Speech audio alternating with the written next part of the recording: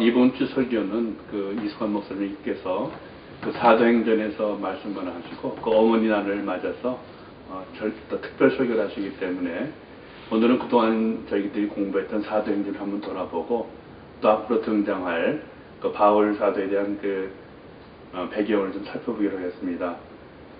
이제까지 사도행전 1장에서 8장까지 내용을 요약해 본다면은 예수님이 승천하시며 약속하신 성령님의 강림으로 이 세상에 예수님을 머리로 한 교회가 탄생하게 되는 것을 볼 수 있었죠. 1장에서 4장까지 말씀이고, 또 사도들이 계속해서 능력과 이적으로 복음을 증거하면서 또 문제와 시련을 겪어 나가면서도 교회는 성장하는 것을 우리가 보게 됩니다.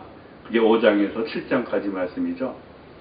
또 그리고 스데반 집사의 순교를 계기로 시작된 예루살렘 교회를 향한 핍박으로 흩어진 제자들에 의해서 사마리아와 이방인들에게 복음이 증거되기 시작한 것이 8장에 나왔었죠. 그 다음에 땅끝까지 복음을 전파해서 이방인들을 구원시키시려는 하나님의 계획에 의해서 사울은 복음 전도자로 또 불림을 받게 됩니다. 이게 9장에 나오는 말씀이죠.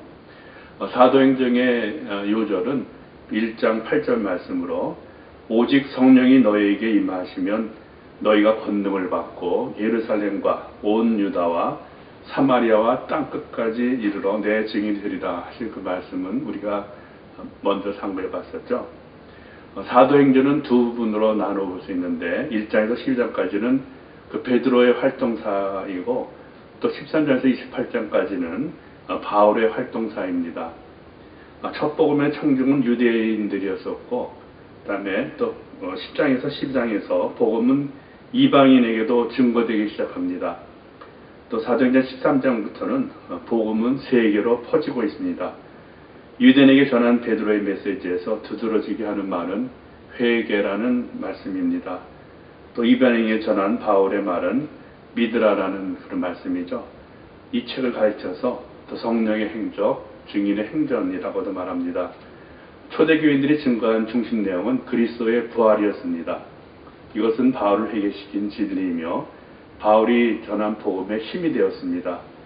그리스도 십자가도 절대로 소홀히 할 수 없는 중요한 사실이지만 초대교인들의 증거에 있어서 가장 중요한 사실은 그리스도께서 부활하셔서 아직도 살아계시다는 것입니다. 퀴즈 살펴보죠. 사도행전은 로마의 총독인 데오빌로에게 써서 보낸 편지이며 저자는 누구이다? 누가죠? 네.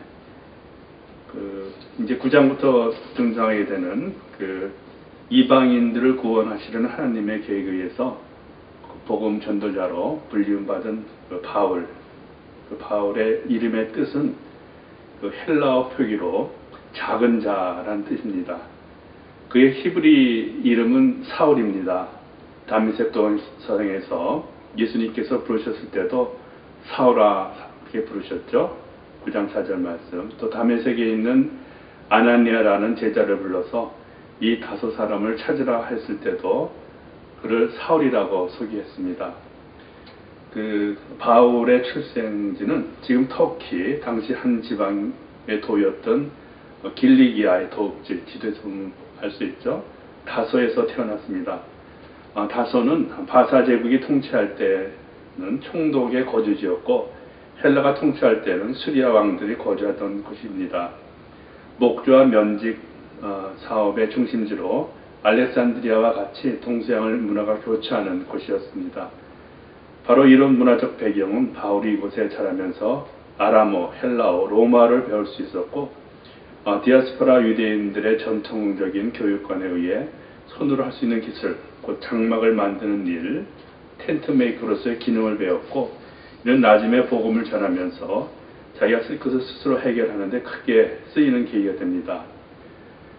바울의 교육 배경을 보면은 가말리엘 문화에서 율법에 엄한 교육을 받았고 열심히 썼다고 사도행전 22장 3절에 나오는 말씀이 나오죠.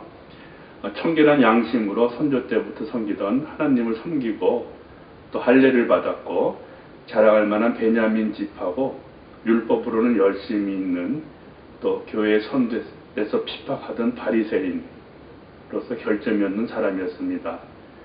조상의 내려오는 전통에 대해서 더욱 열심히 있었고 나면서 로마의 시민권을 가졌고 헬라 문화의 교육을 받았습니다. 빌립보서 3장 4절 6절 말씀 보면은 바울이 고백하죠. 나는 육신에도 신뢰를 둘만합니다. 다른 어떤 사람이 육신에 신뢰를 둘만한 것이 있다면 생각하면 나는 더욱 그러합니다. 나는 난지 여드레 만에 할례를 받았고 이스라엘 민족 가운데서도 베냐민 지파요 히브리 사람 가운데서도 히브리 사람이요 율법으로는 바리새파 사람이요 열성으로는 교회를 박해한 사람이요 율법의 의로는 흠잡을 데가 없는 사람이었습니다. 말씀하시죠. 지중해 연안에서 많은 박해를 받으면서 전도하였고 또 복음의 진리에 대한 확신을 가지고 30년간 선교사로서 늘부신 활동을 하셨습니다. 건강은 좋지 못했고 용모도 보잘것이 없다고 이렇게 전해집니다. 바울이 예수님을 만나기 전 회심 이전에는 기독교인들이 율법을 가볍게 여기고 성전을 모욕한다는 그런 생각을 갖고 있었고 또 스데반을 죽이는 일에 가담한 것은 의분심에서였습니다. 그 외 기독교인들을 본격적으로 박해하기 위해서 다메섹으로 향하다가 다메섹 도상에서 그리스도의 음성을 듣고 회개하며 크리스찬이 되죠. 사도행전 26장 9절 12절 말씀 보면은 사실 나도 한때는 나사렛 예수의 이름을 반대하는 데에 할 수 있는 온갖 일을 다해야 한다고 생각하였습니다. 그래서 나는 그런 일을 예루살렘에서 하였습니다. 나는 대지상들에게서 고난을 받아 가지고 많은 성도들을 옥에 가두었고 그들이 죽임을 당할 때 그 일에 찬동하였습니다. 그리고 회당마다 찾아가서 여러 번 그들을 형벌케 하면서 강제로 신앙을 부인하게 하려고 하였습니다. 나는 그들에 대한 분노가 극도에 다다랐으므로 심지어 외국의 여러 도시에까지 박해의 손을 뻗쳤습니다. 회심 전의 모습이었습니다. 그다음에 회심 이후의 모습 보면은 공중 앞에서 회개한 사실을 간증하고 전환된 마음으로 유대인에게 예수가 기다리는 그리스도임을 전파합니다. 사도행전 9장 22절 보면은 그러나 사울은 더욱 더 능력을 얻어서 예수가 그리스도임을 증명하면서 다마스쿠스에 사는 유대인 사람들을 당하게 하였다 이렇게 나오죠. 그 후에 땅끝까지 이르러서 예수님을 증거하는데 그 1차, 2차, 3차 선교행을 하게 됩니다.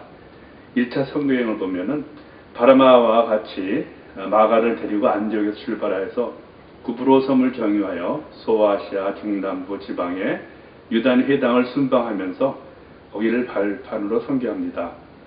이 선교 활동 중 이방인 회신자와 유대인 율법과의 관계에 있어 문제가 야기되어 유대의 전통을 고집하는 자들의 반대에 부딪혀 이 문제를 해결하기 위해 예루살렘에 올라가 예루살렘 회의 때 이방인 선교에 관한 문제를 해결합니다. 그게 1차 선교여행이었고요. 그 다음에 2차 선교여행은 신라를 데리고 안디옥을 출발하여서 드로아 바다를 건너 유럽 땅에 들어가 마게도냐 지방에 빌립보, 데살로니가, 아덴, 고린도에 이르러 1년 반 동안 머물렀다가 그 후에 에베소를 지나서 예루살렘을 방문하고 안디옥으로 돌아옵니다. 그 다음에 3차 선교여행은 소아시아 내륙 지방, 갈라디아, 부르기아 지방을 지나 에베소에 도착하여서 3년 동안 머물면서 그분의 선교를 합니다. 그 후에 다시 유럽으로 건너가서 마게도니아에 있는 고린도에 가서 다시 예루살렘으로 갑니다. 이 선교여행에서 지중해 연안에 몇 개 교회가 설립되었고 신약 성서에 편집된 성서의 편지, 바울 서신을 많이 썼습니다. 3초 선교여행을 끝내고 예루살렘에 도착한 바울은 반대파인 율법주의자의 선동과 모략으로 이끌어내어서 가이사랴의 2년 감금을 당하게 됩니다. 그러나 그로 인해서 바울은 총독 벨렉스 베스도 그리고 아그리파 왕 앞에서 자신을 변명할 기회를 얻게 되죠.